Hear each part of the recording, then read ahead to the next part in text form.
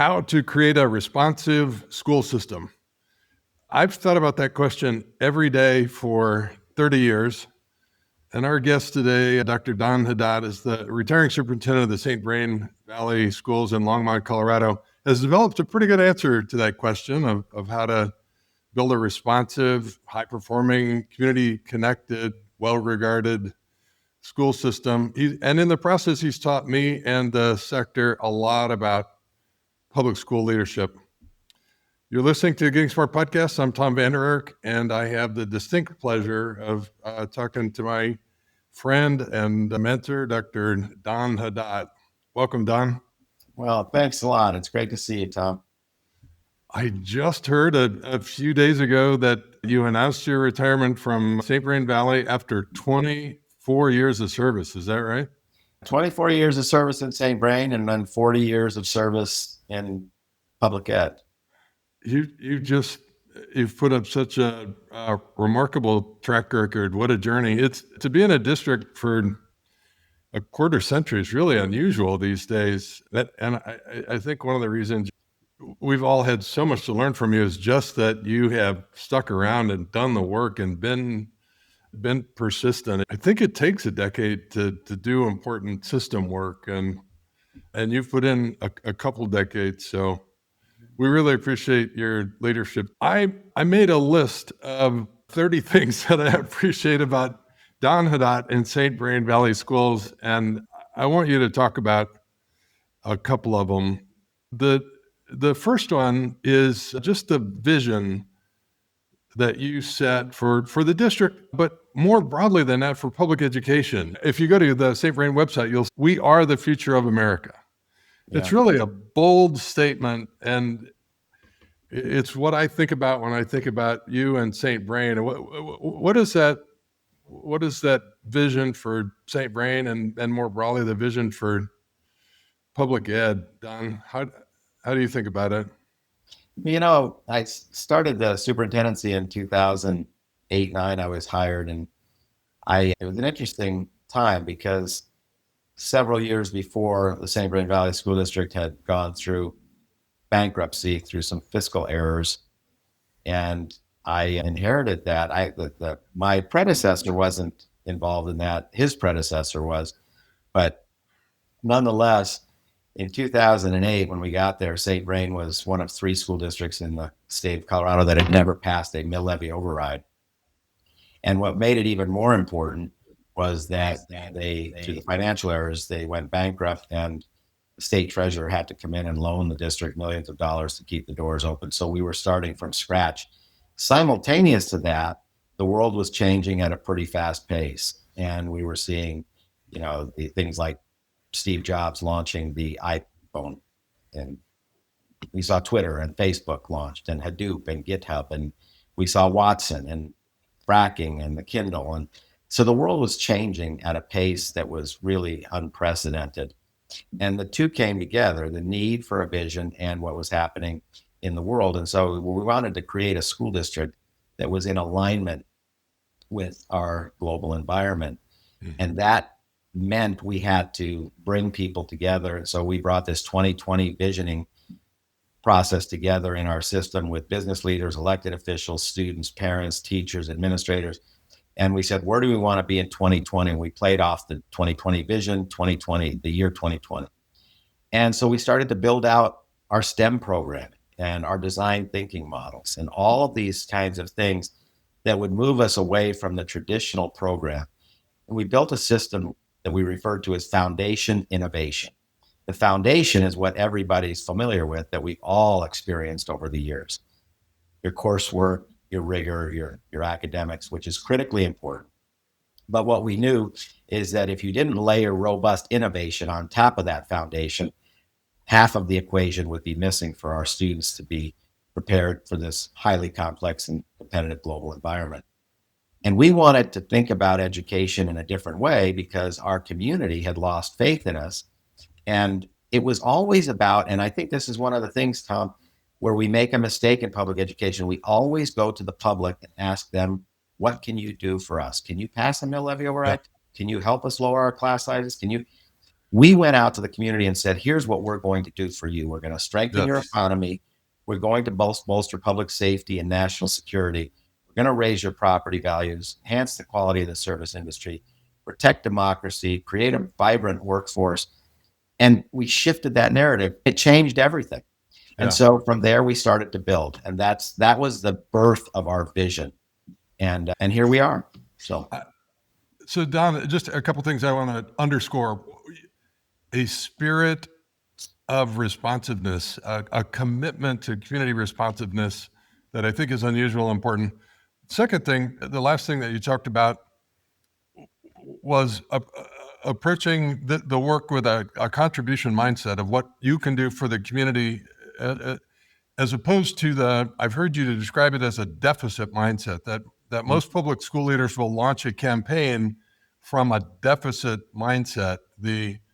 If you don't do this, things are going to get even worse. The woe is us, the begging for money approach. And I've been in a couple of PR sessions with you where you're working with school leaders and school information officers where you've described this flip in mindset. And I think it's so important. I will tell you this. One of the things that people have said to me when I brought this forward is they say, well, we do the polling, and the polling shows that the public wants to know why you need the money.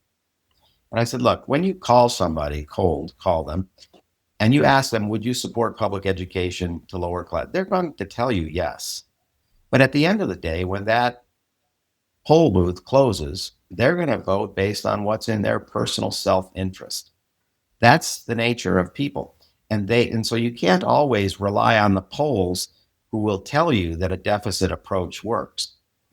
People want to be associated with a winner. Yeah. I remember when the Broncos won their second Super Bowl, they went for a large tax increase to build another stadium. And it passed. It would have never passed if they were in the era of never going to the playoffs. Right. I think people have to understand that you cannot constantly be going back to the well asking for someone to fix you. You have to be going at least with your hand out to help. And I have found, we've garnered over $2.2 billion in additional revenue beyond what the state and the federal government fund us from our community. And we've delivered on our promises. And I can promise you that had we gone to them and said, look, we don't have any money, we need to lower our class sizes, our teachers don't get, they'd have said, thanks for sharing, but we're also struggling. And so it's a really important thing for public education and educators to understand when they take on the leadership role. Being a great fundraiser is number 11 on my list. You and Hillary Sontag are the best in the business, and it's your mindset, it's your vision, it's your commitment to contribution, it's your responsiveness. All of those things has made you, I think, really successful at raising revenue from a variety of sources. You talked about being competitive. You're a competitive guy. You're a wrestler. You're a wrestling coach. And when I pull up St. Vrain Valley website, I see a promise. You've really made the goal of the work that you're leading competitiveness and competitive advantage for your kids. I think you, more than any other ed leader that I know, has really captured and sort of channeled that competitiveness in a positive way. So I don't know, talk about that as the way you describe the goals for the work that you've led. Well, I look back fondly on my career in wrestling, and oftentimes I think about, did wrestling prepare me for the superintendency, or did my coursework prepare me? And I obviously both. But when things became very challenging through the pandemics and the floods and the global, recession and things like that, it was always my wrestling time and with coaches that I really believe helped me the most. And coaches, we always learned that mindset is everything, that people have skill sets and they're comparable oftentimes, but it's the mindset that moves you from the participant to the champion. And I talk about with our schools, we have 60 schools, think about them as, 60 elements to a team, and every single member of the team has to be tough and competitive and focused. And you used to see national champions at the NCAAs, and you look at their practice room and they'd have 4 or 5 All-Americans practicing against each other. And so you take that concept and you say, look, if we can compete friendly among our schools and challenge each other in a really positive and professional but rigorous way, think about that. We can win championships by competing against one another in a positive and productive way to make us the very best overall system. And our principals and our leadership and everyone has bought into that mindset. And so they're constantly pushing the envelope. And it's so important, Tom, because when we talk about the future of America, as I said, our economy is dependent on our graduates. I've seen 40 classes of seniors graduate. And many of them are close to my age, because when I started, I was 22. And you see the roles that they've taken on, and you see their beginnings were in public education. And so you know for a fact that how go our schools goes our country. And so this is where the competitive nature comes in. And we are in a highly competitive environment. We're global, we're competitive. It's a very positive world, and it's also a very concerning world with cybersecurity and all the challenges. So we've got to get this right, and we cannot approach it with a soft touch. We have to approach it competitively and productively, always maintaining that people come first, but we have to expect the best out of our people. And if they want to be part of a winning system, they have to understand that the system requires that you contribute perhaps more than others are willing to contribute. I want to follow up on that, Don. You said we have to expect the best out of our people. You also have really high expectations for your students as well as your staff members.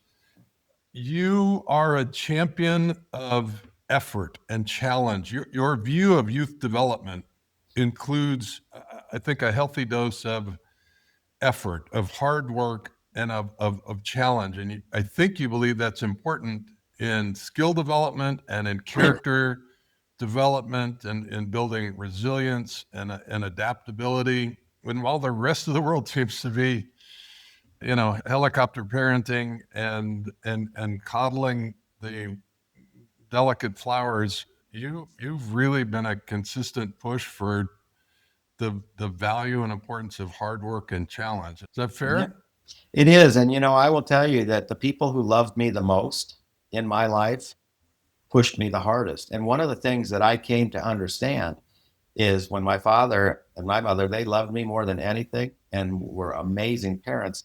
They had high expectations and they provided a lot of support.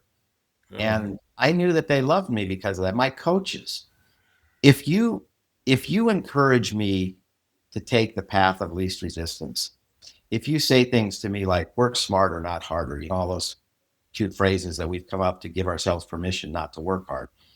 If you approach me like that, the first thing that I'm going to know is that you don't really have an investment in me. And the same thing holds true with our students. I want our students to know that they are loved deeply in our system. And part of the way we show them that is to bring out the very best in them. And that can't happen unless they are challenged and they have to work hard. We understand the balance. And so we also talk about taking care of yourself and all of those things that are important. And we also talk about working hard is a privilege. It's not something to be avoided. It's not something to look to get away from. Enjoy the effort, enjoy the process, enjoy the climb. And at the end of that, you may get where you're wanting to go, or you may just fall a little bit short. But man, it is worth it. And I want our kids to know that part of the way we show them we love them is by bringing out the best in them. And you can't do that by telling them, hey, yeah, don't worry about it. It's not that big a deal. It is a big deal. So that's my mindset, and it's not for everyone, but I think our students appreciate that because they are very successful, and I'm very proud of them. I want to talk about leadership and leadership development, Don. For context for our viewers, you uniquely serve a couple of big counties north of Denver, One's probably the most liberal county in Colorado. One Yeah. is among the most conservative counties in Colorado. So would love to have you sort of describe your community leadership in that sort of a divided region. And then I want to move into leadership development, because you've built one of the best leadership teams in America. Everybody on your leadership team could be leading another system in Colorado tomorrow. So talk about your philosophy of leadership in bipartisan leadership in the community, and then the kind of leaders that you're trying to attract and develop on your team. Yeah, it's a great question. And it is one of the things that makes St. Vrain unique, is just the diversity of our constituents. One of the things that I understand clearly is, well, they have differences of opinion politically and ideologically on certain things. One thing that every one of them has is a deep love for their child. And so we find that common ground.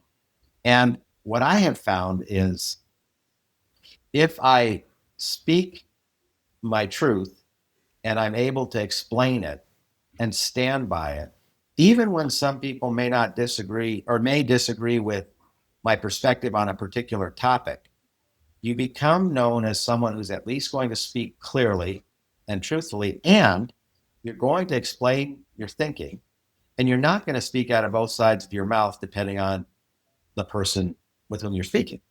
And that develops a certain level of respect and appreciation, because there are times when I will land on a more conservative view about something, and there are times when I will land on more of a progressive view, because I look at the topic and not the ideology. And I always, and we always as a team, keep our students, our teachers, our staff, and our community's best interests at the front of our decisions. So we don't get pushed or pressured to appease or to acquiesce to a political agenda or an ideological agenda, because it may be more comfortable just to appease at the moment, knowing that down the road it wasn't the right thing to do. It's always born out of, how is this going to advance our students? Is it honest? Is it ethical? Is it legal? Is it appropriate? Is it in the best interest of students? And then set aside the politics. We just passed, Tom, $740 million bond.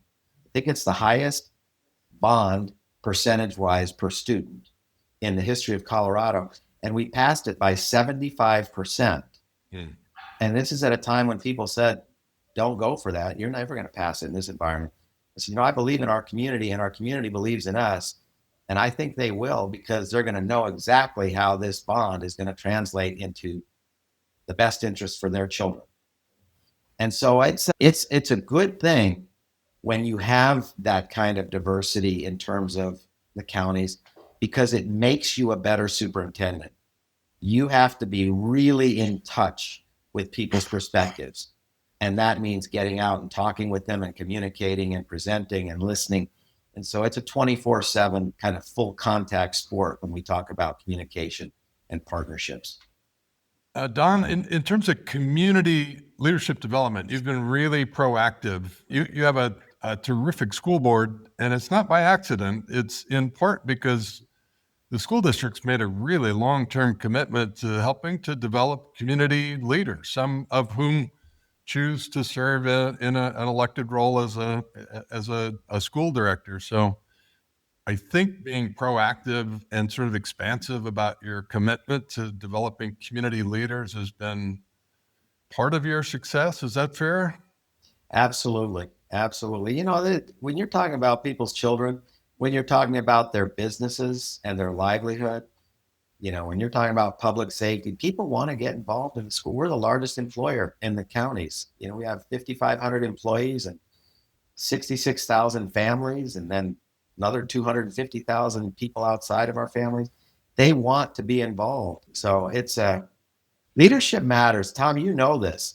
I think leadership is one of those words that's so often used and yet so misunderstood. I mean, people will say, well, I'm a good listener, so I'm a good leader. Or I'm smart, so I'm a good leader. Or whatever. They attach 1,000 different definitions to leadership. But leadership is about having a clear and coherent, powerful vision and the ability to inspire people to achieve that vision.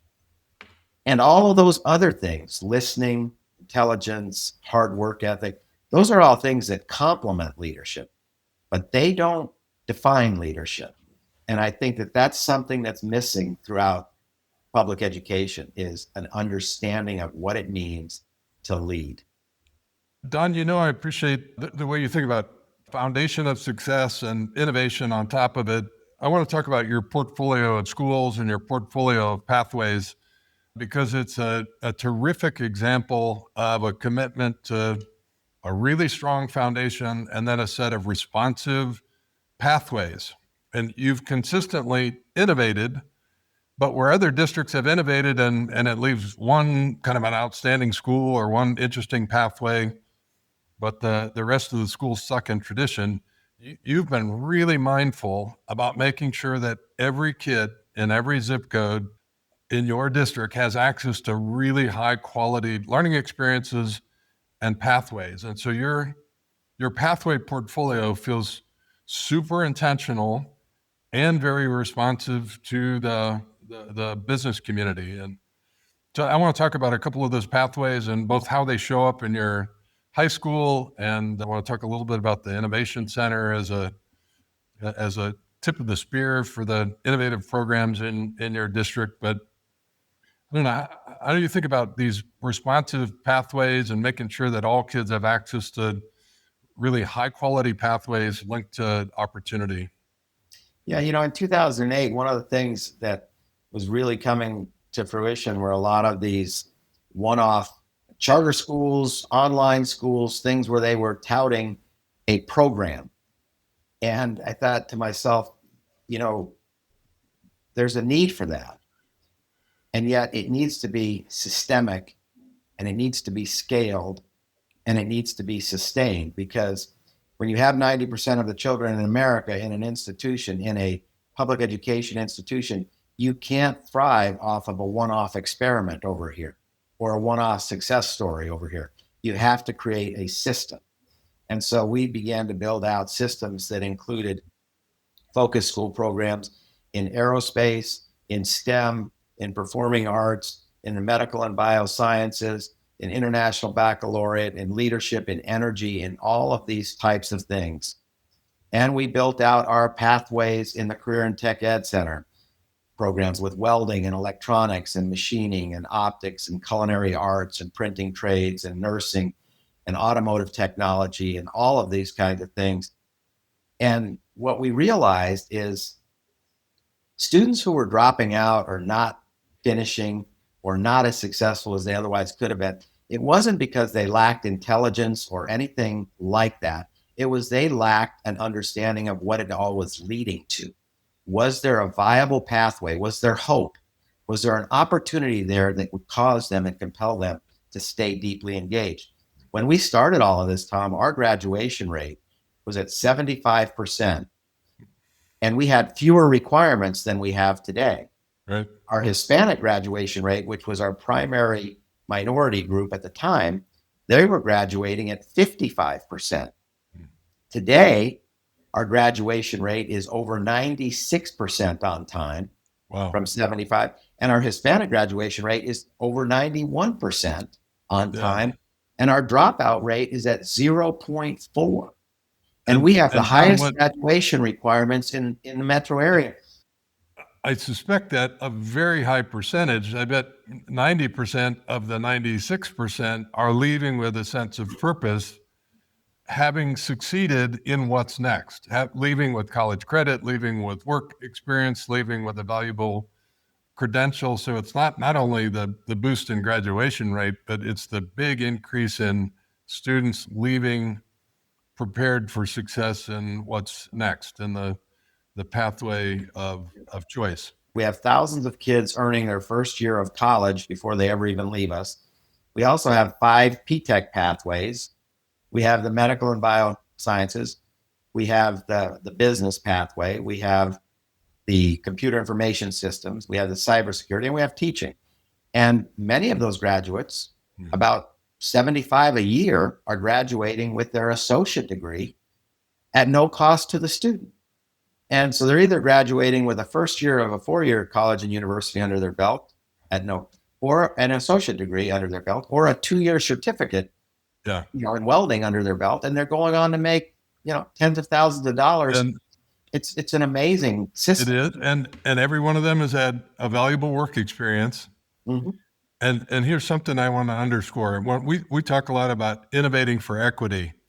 What that means in St. Vrain is that those programs are not just cream skimming. They're programs for a bunch of kids that would have been in AP anyway. If you go to Skyline High School and visit your first P-Tech, it's intentionally designed for first-gen students. And your team is finding young people who haven't come from a background with a lot of opportunity and reaching out proactively to them and to their family to show them that accelerated supported pathway is one that has their name on it, that kids like them are succeeding. And so I love that spirit of innovation, but focused on equity. Yeah, socioeconomics is a pretty powerful barrier. If you don't have resources, it's pretty compelling, when you interview students who are contemplating dropping out and they give you this practical explanation. Look, I'm going to just go out and make money after my 12th grade year, working wherever. And why not start now? Why wait till my 12th grade year? Why not just drop out and start making? When you say to them, what if I remove, because they don't have the resources to go on to a post-secondary experience. So what if I say to them, if I remove that financial barrier and you're looking at a $75,000 a year salary right out of your 2-year associate, would your mindset change? Absolutely. And it does. And it's not unlike the way adults respond. We don't engage in meaningless activities if we don't see a future or an end game to our efforts. And students are no different. And so providing those opportunities, providing hope. I read that Gallup research poll. It was the largest poll that they'd done for years in public ed. And the number one thing they came away with was hope. If a student has hope for a better future, that will motivate and inspire them. And, I will tell you, when I started coaching wrestling, it was the same kind of thing. A lot of the kids that I was coaching, they had many brothers and sisters in their families who did not graduate from high school, and they weren't sure if they were going to. Right. We changed their mindset. And then many of those kids grew up and have their own children in St. Vrain who I've been able to give their children their diploma. Right. And when you start to realize that kind of an impact, you take it seriously. This school is important, but what we're doing is school and so much more. Yeah. And when you understand that, you approach it differently. In the so much more category, I'll just note that St. Vrain is extraordinarily successful in extracurriculars. And you not only have great competitive teams, but you have more than 80% of kids participating in extracurriculars. That doesn't usually happen. In a district with big high schools that focuses on competitive success, participation rates usually slide, and you do both. That a lot of kids participate and you have levels of excellence recognized nationally. Your art and music programs are nationally recognized. I'd love the commitment to making art visible in St. Vrain. If you visited any of the schools, you will see art. You'll hear students presenting and performing. And so I think that's been a big part of the success. Is that fair? Oh, yeah. We're very proud. In the last 3 years, we've had the highest percentage of state championships, both individual and team, of any school district in Colorado. Our music programs, the orchestra, the band, the choirs, for 5 years in a row now, we've been in the top 15% of all music communities in the country. We have 260 robotics teams in 60 schools, and we just won our 3rd world championship down in Texas, competing against 80 countries. And so these kinds of things, they are exciting. You ask about the 80% participation rate, your life's experiences give you direction. Let me just underscore robotics. I think it's part of your commitment to active learning and to student engagement. My sense is that kids in St. Vrain want to go to school because they're doing so much cool stuff at school. A big shout out to Axel Ritzig, who leads your innovation center. who has played a big role in turning on all of your schools to robotics. We featured him in a town hall a month ago. And I just love how it has infected the daytime program and the after school program and created this beautiful sense of collaborative and competitive young people doing problem solving together. It's just when I think about St. Vrain, I think about robotics for all of those reasons. Yeah, I used to always say, what if we were able to pack the gyms on Saturdays with academics and things like that, the way they pack the gyms for a basketball game or a wrestling match or a football game, a stadium. And that's what we do now. Saturdays, our gyms are packed with students, K through 12, and their parents competing in robotics, competing in music programs, competing in athletics and things like that. And so, yeah, and I will tell you, I'm just stunned in the 21st century when I talk to certain school systems and they have not yet even begun to think about a robotics program when so much in the medical field and so much in engineering. Robotics is and will continue to become a major part of our global economy. 2024 on my list of things that I love about Don Haddad and appreciate about St. Vrain. Number 24 is policy advocacy. You have developed a point of view about how school systems ought to work, and you shared that with the legislature rather successfully. And just want to note that you've made a real contribution in state and probably even national policy advocacy. We're very active. We've actually passed close to 30 bills that have been originated out of St. Vrain and some really, really substantive topics. And, one of the ones that I'm most proud of, Tom, that we just passed, Governor Polis just signed into law, was a new accreditation system. And that was something that many people said could never get done. And we have broadened our accreditation system. First, we removed all of the flaws in the way in which the data is measured to give a more accurate accounting of school quality. And we've added things to the measurements, such as career and tech ed programs, concurrent enrollment programs, and moved beyond the simple metrics of a standardized test and maybe a graduation rate to broaden the perspective of what our public schools do to ensure that our students are ready. And it was a 3-year process. And we were met with a lot of resistance, but we were also met with a lot of support when we were able to articulate why this system needed to change. The interesting thing too, is we brought the business community. I'm a member of the Colorado Business Roundtable Board of Directors and several chambers and Economic Development Council boards. And they were very interested in the accreditation system because their bottom line depends on a viable workforce. And standardized testing alone does not ensure a viable workforce. And so that legislative initiative was huge. And I think that, there's more to come in that arena. I'm looking to get even more active legislatively. I can imagine that will be the case. I just love how you're learning and leading out loud and sharing freely and openly in a learning community.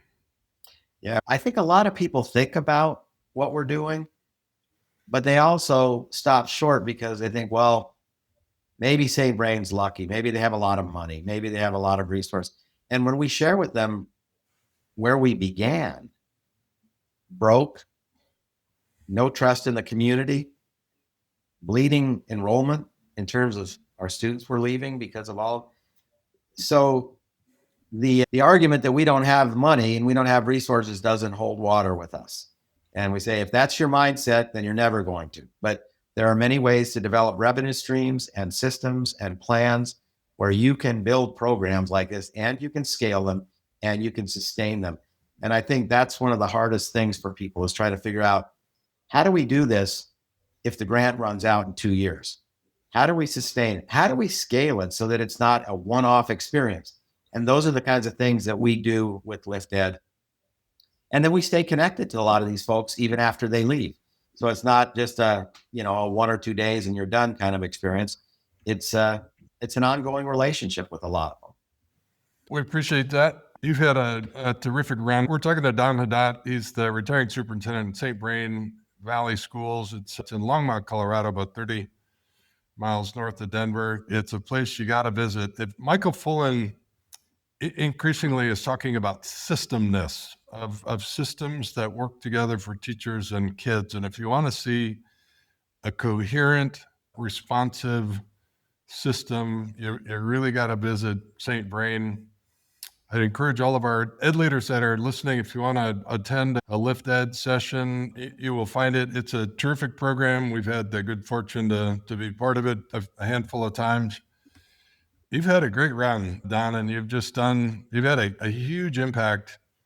I think about, a dozen people in education that have done such good and important local work that it is of national importance. And your track record at St. Vrain puts you in that rarefied category of just having built a sense of community, of graduating generations of kids that are globally competitive, that are conscientious citizens, that are committed to contribution. And just the way that you and your team have done that have been just a terrific example for the rest of us. So for all of us, thank you. I'm looking forward to your next chapter of even more unfettered advocacy, Don. Thank you. We appreciate you. And thank you to our producer, Mason Pasha, and to the whole Getting Smart team for making this possible. And until next week, keep learning, keep leading, and keep innovating for equity like Don Haddad and St. Vrain. See you next week. Thanks for tuning in to the Getting Smart podcast today. We want this podcast to be actionable, insightful, and a great way to learn about what's next in learning. In order to stay on the cutting edge, we need people in the field to tell us what they're hearing, what they're wanting, and what they're needing to learn more about. Got a topic or a guest in mind? Send your recommendations to me, Mason at gettingsmart.com. And if you like what you're hearing, don't forget to leave a review in Apple Podcasts or subscribe wherever you listen. Feel free to share the podcast on social media using the hashtag GSPodcasts. Thanks so much.